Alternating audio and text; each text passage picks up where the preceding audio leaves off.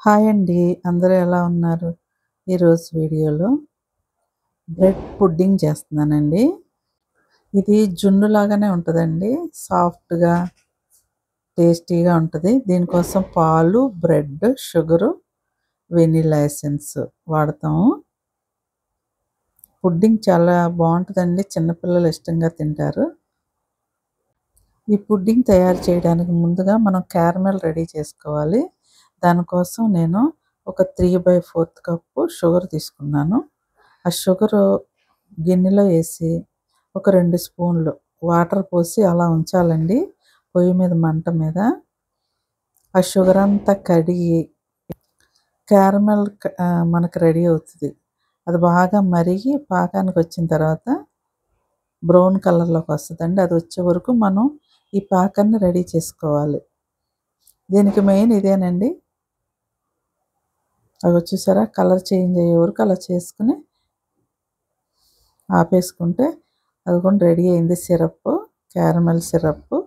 ఈ సిరప్‌ని మనం పుడ్డింగ్ ఏ గిన్నెలో అయితే రెడీ చేసుకుంటామో ఆ గిన్నెలో ఏసుకోవాలండి.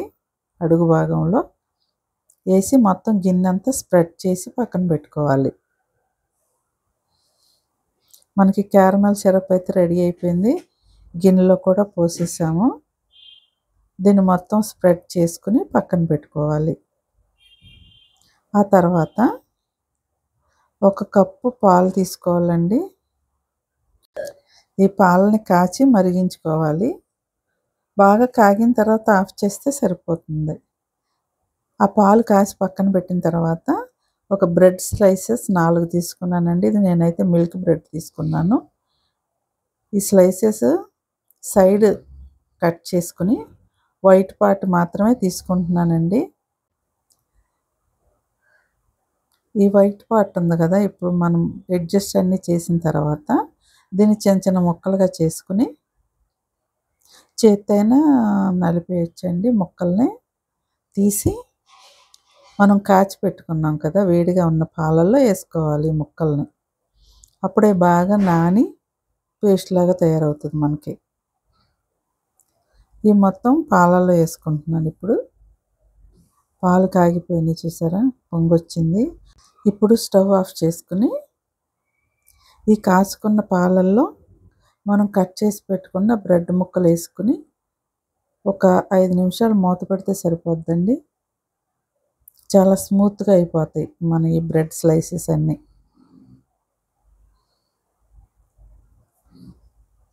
చక్కగా మెత్తగా స్మూత్‌గా అయిపోతదండి.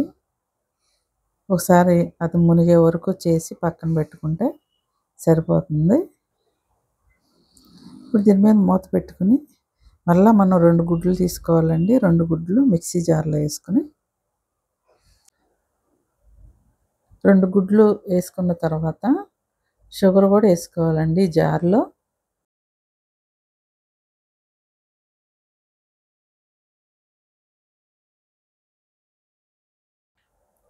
గుడ్లు కూడా ఏసుకున్న తర్వాత షుగర్ అండి. ఒక 2 టేబుల్ స్పూన్ల వరకు ఏసుకోవాలండి. అలాగే వెనిల్లా ఎసెన్స్ ఒక టీ స్పూను.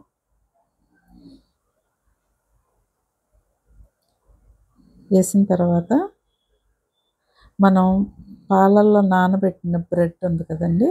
అది కూడా ఈ జార్‌లో ఏసేసుకోవాలి చల్లారిన తర్వాత. వేసి మొత్తం అన్నీ కలిపి మిక్సీ పట్టుకోవాలి పేస్ట్ లాగా. ఈ బ్రెడ్, మిల్క్ ఇది బాగా చల్లారిన తర్వాతే మనం పేస్ట్ చేసుకోవాలి. ఇప్పుడు ఇవన్నీ కలిపి జార్‌లో మిక్సీ పట్టేసాను. చక్కగా లిక్విడ్ ఫామ్ అయిందండి మొత్తం థిక్‌గా.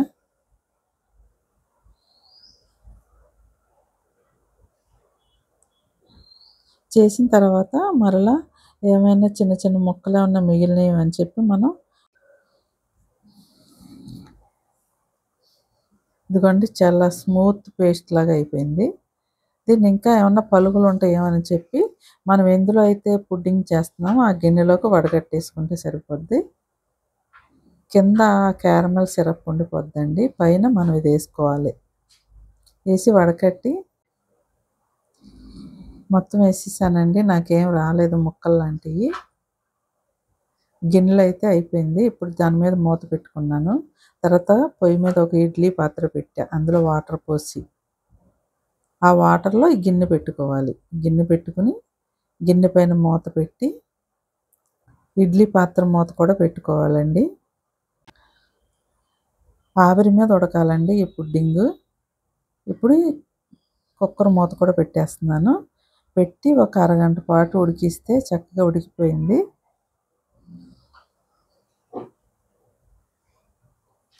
మరీ సిమ్‌లో కాకుండా హై ఫ్లేము లేదంటే మీడియం ఫ్లేమ్‌లో పెట్టుకోండి. పెట్టుకొని నాకైతే ఒక అరగంట పట్టింది కరెక్ట్‌గా ఇది ఉడకటానికి. ఇదిగోండి పుడ్డింగ్ అయితే రెడీ అయిపోయింది. ఇప్పుడు దీన్ని మనం చల్లార్చుకోవాలి.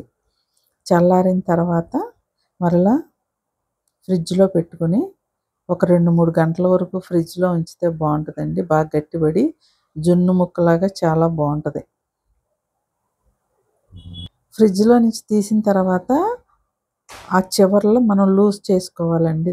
ఒక కత్తితో, చాకుతో లూజ్ చేసుకొని లూజ్ అయిన తర్వాత దానిపైన ఒక ప్లేట్ పెట్టి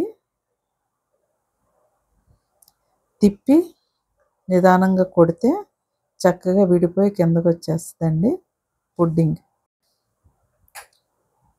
అలా కొంచెంసేపు అలా కొడితే కిందకి దిగిపోద్దండి ఈజీగా. చూసారా ఎంత ఈజీగా వచ్చేసిందో బ్రెడ్ పుడ్డింగ్. చాలా బాగుందండి. నచ్చితే తప్పకుండా ఒక లైక్ కొట్టండి. మీ ఫ్రెండ్స్‌కి, ఫ్యామిలీ మెంబర్స్‌కి షేర్ చేయండి. మా ఛానల్ సబ్స్క్రైబ్ చేసుకోండి. బాయ్.